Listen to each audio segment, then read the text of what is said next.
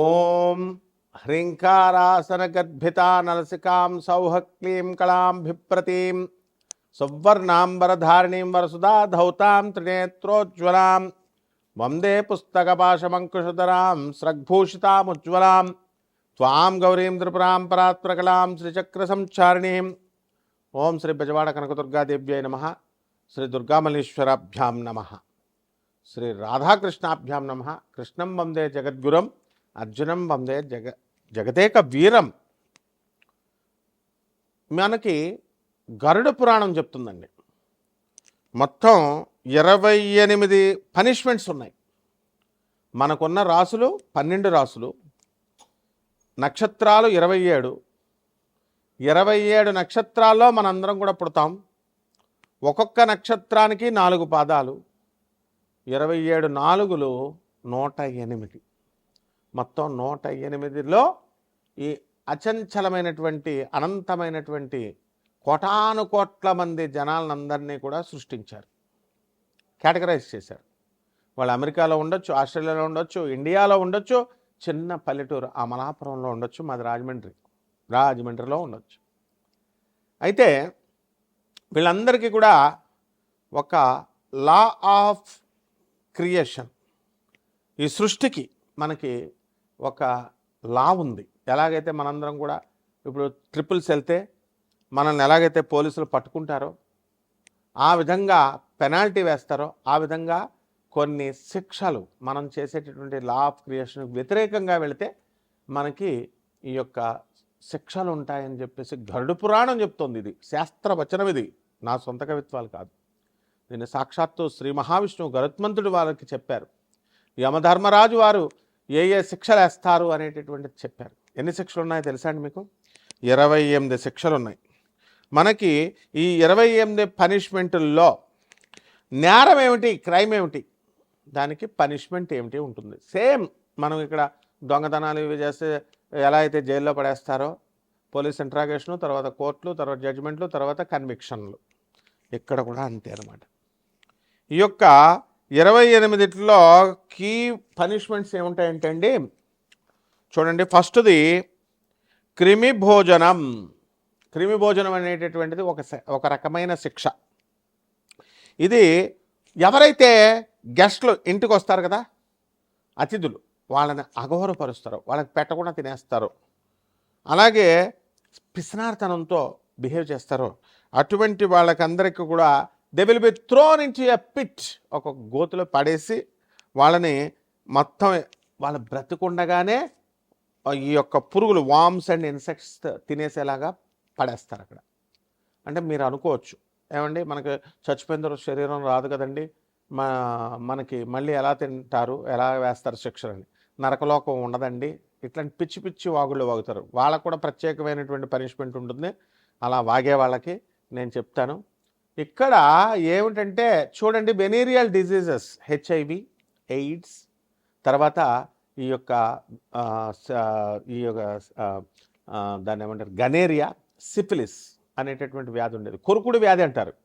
అక్కడ ఎవరైతే కామాంధుడై స్త్రీల దగ్గరికి, వేశ్యల దగ్గరికి వెళ్తాడో వాడికి కొరుకుడు వ్యాధుడు వచ్చి వాడి యొక్క పురుషాంగం దగ్గర మొత్తం కొరుకుడు కొరిచేస్తారు, దాన్ని కట్ చేసి అవతల పడేస్తారు. Venereal doctors. అండ్ ఈ యొక్క దీనివల్ల ఏమవుతుంది, గ్యారంటీ అనేది ఓ 10 సంవత్సరాలు ఇస్తారు. వాడి అదృష్టం బాగుండి పుణ్యాలు చేస్తే, గతంలో పుణ్యము ఇప్పుడు పుణ్యాలు చేస్తే బ్రతుకుడు ఉంటుంది, లేకపోతే అక్కడితోనే ఎండ్. సో ఇది జరగట్లేదా భూలోకంలో? సో నెక్స్ట్ వన్, రెండవది వచ్చేసరికి కుంభీపాకం. ఇది వీళ్ళని ఏం చేస్తారంటే they will B fired in ఆయిల్లో వేపేస్తారు. అంటే వీళ్ళు ఏంటండి శిక్ష అంటే ఫ్యామిలీస్ని డిస్ట్రాయ్ చేస్తారు. చాలామంది చూడండి, ముసలి వాళ్ళని టార్గెట్గా చేసుకుని వాళ్ళు భార్యాభర్తల మీద చాడీలు చెప్పడము, అత్త కోడళ్ళ మధ్య చాడీలు చెప్పడము, ఇలా కుటుంబాలను విడదీసేస్తారు. ఇటువంటి వాళ్ళకి వీళ్ళందరినీ కూడా ఆయిల్లో వేసి రోస్ట్ చేసేస్తారు, బాయిలింగ్ ఆయిల్లో. ఇది జరగట్లేదంటే వైన్ షాపులు పక్కకి వెళ్ళండి, చేపల నాటిని చూడండి, చికెన్లు మీరు తింటూ ఉంటారు కదా, రోస్టింగ్ చేసేస్తారనమాట ఫిష్ల్ని, వాటిని. అంటే ఆ జన్మనిచ్చి ఎలాగైతే భూలోకంలో ఉంటుందో అక్కడ నరకలోకంలో ఉంటుంది. కాబట్టి నరకం లేదండి ఇది, అవన్నీ సొల్లు కబుర్లు చెప్పొద్దు. అలాగే ఎవరైతే తమిశ్రం తమిశ్రం అనేటటువంటిది అంటే డార్క్నెస్, చీకట్లో, అంధకారంలో పడేస్తారు. వీళ్ళు ఎవరంటే మోసగాళ్ళు, బిట్రేయర్స్. ఎవరైతే మోసాలు చేస్తారో నమ్మినటువంటి వాళ్ళని, ఎవరైతే హు స్టీల్ అ థైడ్ విప్డ్ రెలెంట్లెస్లీ, ఎవరైతే దొంగతనాలు ఇవన్నీ కూడా మోసాలు, ముఖ్యంగా మోసాలు చేసేటటువంటి వాళ్ళని ఈ యొక్క తమిశ్రంలో చేస్తారు. అలాగే ఇంకొక శుచిముఖం అనేటటువంటి శిక్ష ఉంటుంది. దీన్ని నీడిల్ మౌత్ అంటారు. అంటే గుండు సూదులతో గుచ్చేస్తారనమాట. ఇక్కడ ఎవరైతే ఇతరుల యొక్క ధనాన్ని దొంగిలించి ఫ్రాడ్, మోసాలు, ఇప్పుడు చూడండి 200 కోట్లు, 300 కోట్లు, 1000 కోట్లు, విజయ్ మాలవ్య కొన్ని లక్షల కోట్లు, ఇట్లా ఇవన్నీ వింటూ ఉంటాం కదా మనం. అలాంటి వాళ్ళందరినీ, ఆ ఫ్రాడ్ వాళ్ళందరినీ కంటిన్యూస్లీ పిక్డ్ విత్ నీడిల్స్తో గుచ్చి పడేస్తారు. మీకు డౌట్ రావచ్చు, పోలీస్ డిపార్ట్మెంట్లో 3rd డిగ్రీ ఉంటుంది.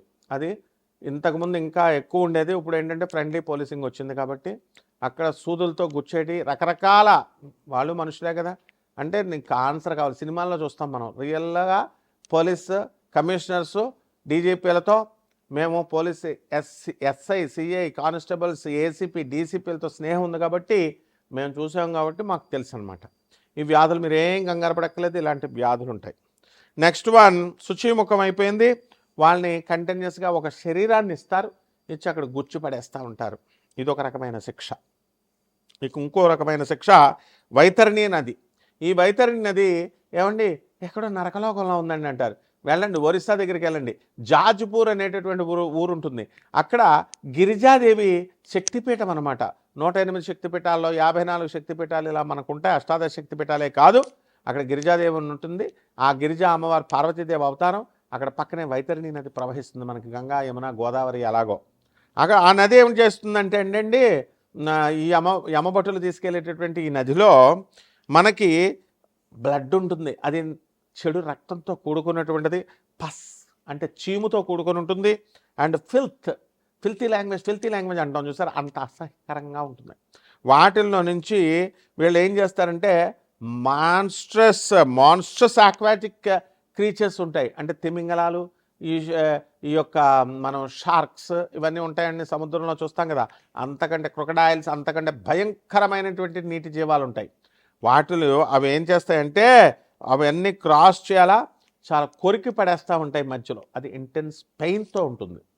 నెక్స్ట్ వన్, వైతరణి రివర్ అయిన తర్వాత కాలసూత్రం.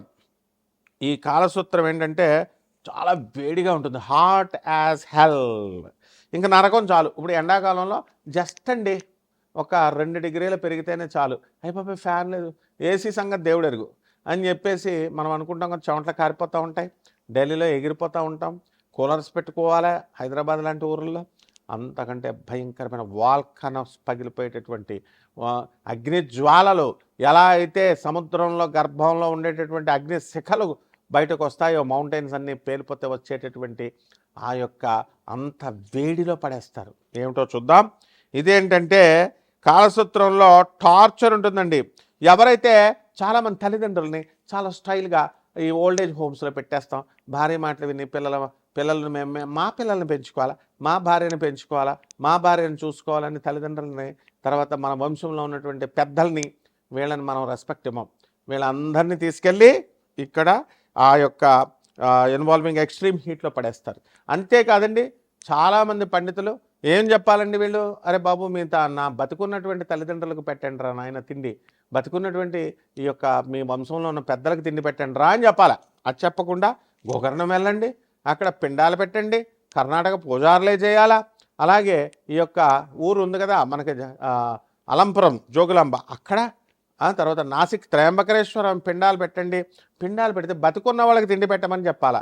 ఎవరైతే ప్రవచనకారులు, స్వామీజీలు, ఈ ముసుగులో ఉన్నటువంటి వాళ్ళంతా కూడా, పురోహితులు, వీళ్ళంతా కూడా పిండాలు పెట్టాలా, పితృదోషాలు పోతాయంటారు కదా, వీళ్ళకి కూడా ఇదే శిక్ష అనమాట. ఎందుకంటే బతికున్నాళ్ళకి తిండి పెట్టాలా. మీ వంశంలో ఉన్నటువంటి ఇప్పుడు అట్లీస్ట్ అప్పుడు పెట్టలేకపోయారు, ఇప్పుడు ఉన్నటువంటి ముసలి వాళ్ళని చూడండి అని. సో ఇదొక రకం. తర్వాత అంధకూపం, ఇది డార్క్గా ఉంటుందండి, చాలా డార్క్గా ఉంటుంది. దీంట్లో ఎవరైతే అవసరాలలో ఉంటారో వాళ్ళకి మనం కోరికలు తీర్చకుండా వాళ్ళని ట్రాప్ చేసి మనము వాళ్ళకి అటువంటి వాళ్ళందరినీ కూడా డార్క్ వెల్లో పడేసి స్నేక్ ఫిల్డ్ అందులో ఈ యొక్క పాములతో నిండిపోయినటువంటి నూతులో వేసేస్తారనమాట. సో అండమాన్ శిక్షలను ఉండేవి. బ్రిటిష్ వాళ్ళు పరిపాలించేటప్పుడు మేము బ్రిటిషర్ సంతానం దగ్గర చదివినటువంటి వాళ్ళం. డైరెక్ట్గా నా క్లాస్మేట్స్ నోయల్ రాబర్ట్స్, బ్రిజెట్, ఇలాగా మేము మా టీచరే మిస్సెస్ మెనార్డ్, ఇలాంటి వాళ్ళందరి దగ్గర నేను పెరిగాను, బ్రిటిషర్ సంతానం వాళ్ళు. సో అప్పుడు అండమాన్ దీవుల్లో అక్కడ లెటర్ను వాళ్ళే అక్కడే ఒక బాక్స్లో పెట్టేస్తారనమాట. వాడికి నించోడానికి కూడా ఉండదు ప్లేసు, వాడు ఒంగోడానికి కూడా అంతవరకు సరిపడేటటువంటి సినిమాల్లో చూపిస్తారు కదా, అలాగే అక్కడ నెంబర్ 1 నెంబర్ 2 అన్నీ అక్కడే అనమాట. తిండి కూడా అక్కడే పెడతారు. ఇలా విధంగా అప్పుడు స్వాతంత్ర సమరయోధులనే కాకుండా అందరినీ అలా శిక్షించేవారు. సో అటువంటి ఈ యొక్క శిక్షలన్నీ కూడా ఉన్నాయి. ఇంకా అనేకమైనటువంటి శిక్షలు ఉన్నాయండి. ఈ శిక్షలన్నీ కూడా మొత్తం 28 రకాల శిక్షలు. కాబట్టి మన సొంత తెలివితేటలతో మనకి నరకాలు ఉంటాయా, యముడు ఉంటాడా, యమభటులు ఉంటారా, శిక్షలు ఉండవు అనేటటువంటి వాళ్ళకి ఆయన చూసుకుంటాడు. చిత్రగుప్తుడు యముడు చెప్పడం నా ధర్మం ఒక గురువుగా. కాబట్టి 12 రాశుల వారికి కూడా ఒక్కొక్క రాశి వారికి మరి ఏ రకమైనటువంటి శిక్షలు ఉంటాయి, మరి ఎలా తప్పులు చేస్తే ఉంటాయి అనేటటువంటిది మనం ఈ వీడియోలో తెలుసుకుందాం. మీనరాశి, ఈ మీనరాశి వారికి అందరికీ కూడా అర్ధాష్టమంలో ఉన్నటువంటి గురుడు, శుక్రుడు, బుధుడు మే 29, 2026 సంవత్సరం నుంచి ఉండడం జరుగుతుంది. కుటుంబంలో అనేకమైనటువంటి అశాంతి కార్యక్రమాలు జరుగుతాయి. తర్వాత చాలా బాధపడతా ఉంటారు. అలాగే ఉద్యోగం కనుక మీకేమీ బాధ లేదు, ఇన్సెక్యూరిటీ లేదు, జాబులు బ్రహ్మాండంగా ఉంటాయి, శాలరీస్ బ్రహ్మాండంగా ఉంటాయి, ఫ్రెండ్స్ బ్రహ్మాండంగా ఉంటారు, ఎంజాయ్ చేయండి. అలాగే ఈ యొక్క మీనరాశి వారికి ధన సంపాదన బీభత్సంగా పెరిగిపోద్ది. మీకు కుజుడు స్వక్షేత్రగతుడై ఉన్నాడు. వద్దంటే 10th క్లాస్ చదివే కుర్రగాడు కూడా వాడు హాలిడేస్లో ఇటుకలు మోసైనా బ్రహ్మాండంగా సంపాదించేస్తాడు. అలాగా ఈ యొక్క తృతీయ స్థితిగతుడైనటువంటి రవి బుధులు మే 2nd వీక్ నుంచి అద్భుతంగా ఉంటారు. తర్వాత ప్రభుత్వం నుంచి అనేకమైనటువంటి సహాయాలు మీకు బ్రహ్మాండంగా అందుతాయి. అట్ ద సేమ్ టైం ప్రభుత్వం నుంచి మీరు పాలసీ మేకింగ్స్లో కొన్ని కష్టాలు అనేటువంటివి జరుగుతాయి.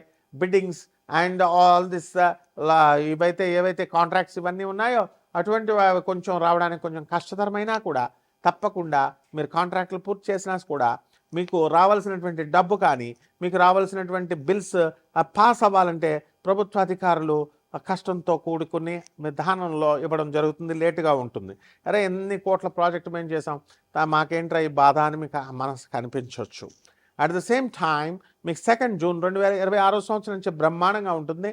అలాగే షష్ఠ స్థితిగతుడైనటువంటి ఈ యొక్క మనకి ఈ కేతుగ్రహ ప్రభావం వలన విదేశాలకు వెళ్ళేటటువంటి ఆలోచనలు ఉన్నటువంటి వాళ్ళు విదేశాలకు వెళ్తారు. ఆనందమయమైనటువంటి జీవితాన్ని, భోగ జీవితాన్ని పొందుతారు. కానీ ఈ రాశిలో ఉన్నటువంటి వాళ్ళు కొన్ని లా చెప్పినటువంటి లా ఆఫ్ క్రియేషన్ ప్రిన్సిపల్స్కి వ్యతిరేకంగా చేసినట్లయితే they will be severely punished. అదేమిట్రా అంటే మనకి ఒక హ్యాంగ్డ్ అప్సైడ్ డౌన్ అనేటటువంటిది ఉంటుంది. క్షార కర్ధమం అనేటటువంటి నరకానికి విసిరివేయబడతారు. ఇది ఈ రాశి వారికి గరుడ పురాణం పనిష్మెంట్ లిస్ట్ అనమాట ఇది.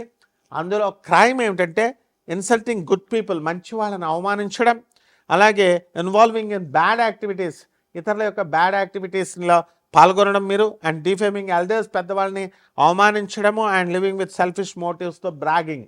అండ్ ఇక్కడ చాలామంది నేను చూస్తాను, ఈ గరుడ పురాణం ఇంగ్లీష్లో ఉందా, తెలుగులో ఉందా, సంస్కృతం, అన్ని భాషలు వచ్చినాయినా మాకు, దీనికోసం మీరంతా కూడా ముందు ఆ శిక్షలు చేయకుండా చూసుకోండి.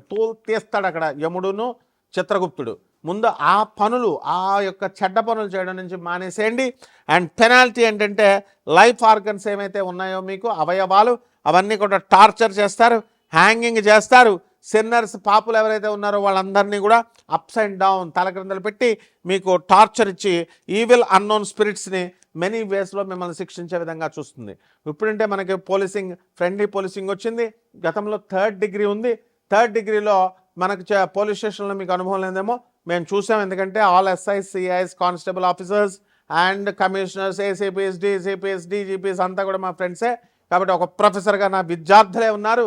మరి అటువంటి వాళ్ళు మనకి పోలీస్ బీటింగ్ ఎలాగంటే దొంగోటి మామూలుగా ఏమంటే దొంగ గారు మీరు దొంగలించినటువంటి బంగారం ఎక్కడ పెట్టిందా చెప్పండి అంటే ఎవరు చెప్పరు.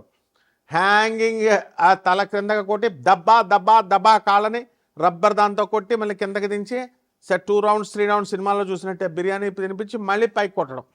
ఈ రకంగా ఉంటుంది. పోలీస్ స్టేషన్లో లా అండ్ ఆర్డర్ ఇక్కడే ఉన్నప్పుడు యమధర్మరాజుది ఎంతో ఊహించుకోండి. అలాగే చాలా చక్కగా మనం యక్షిణి అమ్మవార్ల గురించి చెప్తున్నామని చెప్పి ఒక మన నా తోటి పండితుడే ఒకడు యక్షుని గురించి వీటిల గురించి చెప్పడం జరిగింది. యక్షిణి సాధన అంత ఈజీ కాదు. యక్షిణి సాధన అనేటటువంటి దానికి అంకిత బాగుండాలా. ఆ జగన్మాతను మనం పూజ చేసుకోవాలి. కేవలం వీడియోస్ చెప్పడం వల్ల వాళ్ళ ఇంట్లో దొంగలు పడ్డారు. బ్రాహ్మణతను 30,000 40,000 తీసుకునే మరి హోమాలు గేమాలు చేస్తారు కదా. వాళ్ళు పనులు అవ్వకపోతే మీ ఉసురులు దొరుకుతాయి కదా. అందువలన ఒక 20 సంవత్సరాల నుంచి సంపాదించినటువంటి ధనాన్ని దొంగలు ఎత్తుకుపోవడం జరిగింది. అవన్నీ రికవరీ అయినా చేతికి రావట్లేదు. పోలీస్ స్టేషన్ చుట్టూ తిరగడం జరుగుతుంది.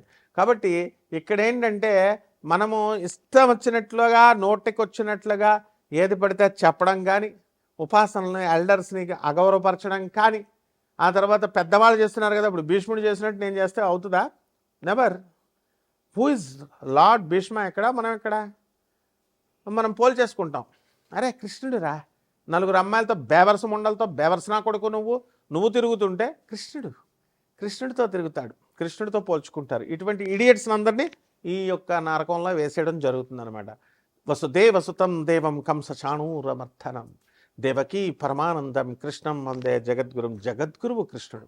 కాబట్టి ఇటువంటి నుంచి తప్పించుకోవడానికి మీకు ఎల్నాడ్సన్ జరుగుతుంది. కాబట్టి మీకు అపనిందల పాలు అయిపోతారు, తోలు తీసేస్తారు అందరూ కూడా మీనరాశి వాళ్ళని. మరి అటువంటి కష్టాల నుంచి రాకుండా మీకు శని జపం చేసుకోండి, శని స్తోత్రాలు చదవండి, శనికి కిలోంపావు నల్ల నువ్వుల్ని నల్లని వస్త్రాన్ని ఇచ్చి పేద బ్రాహ్మణులకి దానం చేసుకోండి. దశ మహావిద్యల్లో ఒకటైనటువంటి మహాకాళి అమ్మవారి యొక్క హోమాన్ని, ఆమె యొక్క మంత్ర జపాన్ని చేసుకోండి. కపట బ్రహ్మల, కపట జ్యోతిష్కల, కపట మంత్రగాల నుంచి తప్పించుకోండి. స్వామి వివేకానంద, అలాగే ప్రభాత్ రంజన్ సర్కార్, జగద్గురు ఆదిశంకరాచార్య చెప్పినటువంటి ఐడియాలజీని ఫాలో అవ్వండి. అలాగే చక్కగా జమ్మి చెట్టుకి, రావి చెట్టుకి చక్కగా నీళ్లు పోయండి. ఫస్ట్ ప్రదక్షిణాల తర్వాత మీ పూజలు చల్లంగా ఉండ ముందు నీళ్లు పోయండి చెట్లకి. డిఫారెస్టేషన్ చేయకండి. ఈ విధంగా చేస్తే బ్రహ్మాండంగా ఉంటుంది. శుభమస్తు.